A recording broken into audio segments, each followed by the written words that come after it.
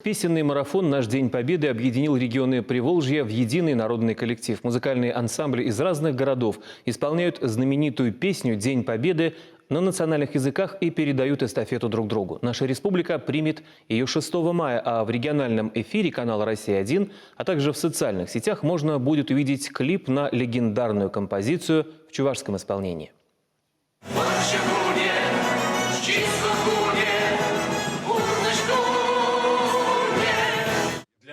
Первую сцену клипа, где актеры читают стихи, режиссер Юрий Сергеев решил снять одним кадром. Это было непросто. Попытка удалась лишь с 15-го дубля. Однако видеоролик благодаря этому приему стал интереснее. Еще одна фишка, которая, по мнению режиссера, отличает чувашский клип от работ других регионов – это участие в нем детского хора. Дети как раз-таки являются тут в этом хоре изюминкой. Это безусловно. То есть в кадре, когда присутствуют дети, это, безусловно, какой-то цвет, какие-то совершенно другие эмоции.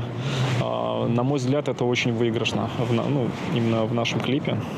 Запись видеоролика проходила в мемориальном комплексе «Победа», в Музее воинской славы и во Дворце культуры тракторостроителей. В съемках участвовали солисты театра оперы и балета, филармонии, популярные исполнители республики, хор «Соловушки», певческая капелла «Классика» и народный ансамбль патриотической песни и музыки «Живи и помни». Именно то обстоятельство, что они нас горячо вот так вот поддержали, сделало возможным и подготовку, и, собственно, запись этого клипа произвести очень плотно и с воодушевлением.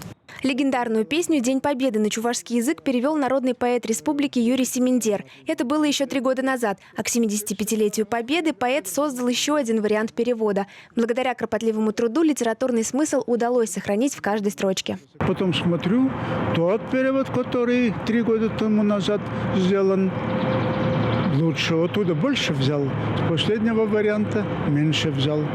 Вот из 2 вариантов один получился. Чувашский язык очень богатый. Все формы, все детали движения человеческой души, человеческой мысли, человеческого отношения к миру, к жизни. Все это в нашем языке имеется. Министерство культуры Чувашии отправило слова нового перевода творческим коллективам районов республики. И, возможно, в скором времени интерпретированная композиция станет по-настоящему народной.